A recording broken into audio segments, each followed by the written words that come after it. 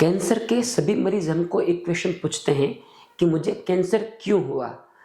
ज़्यादातर केस में डायरेक्ट कारण नहीं मिलता है, लेकिन हमको रिस्क फैक्टर मिलते हैं।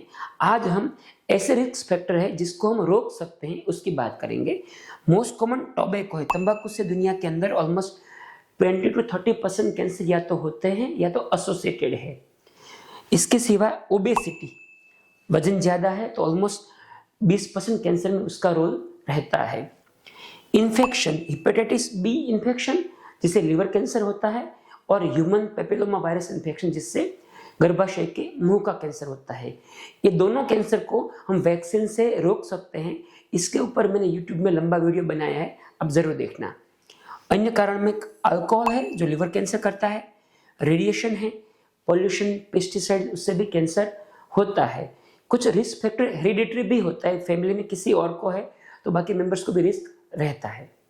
कैंसर विषे વધારે માહિતી માટે સરળ ભાષામાં એક લાંબો વિડીયો મેં યુટ્યુબમાં મૂક્યો છે, તમે અમારી યુટ્યુબ ચેનલ પર જઈને એ જોઈ શકો છો।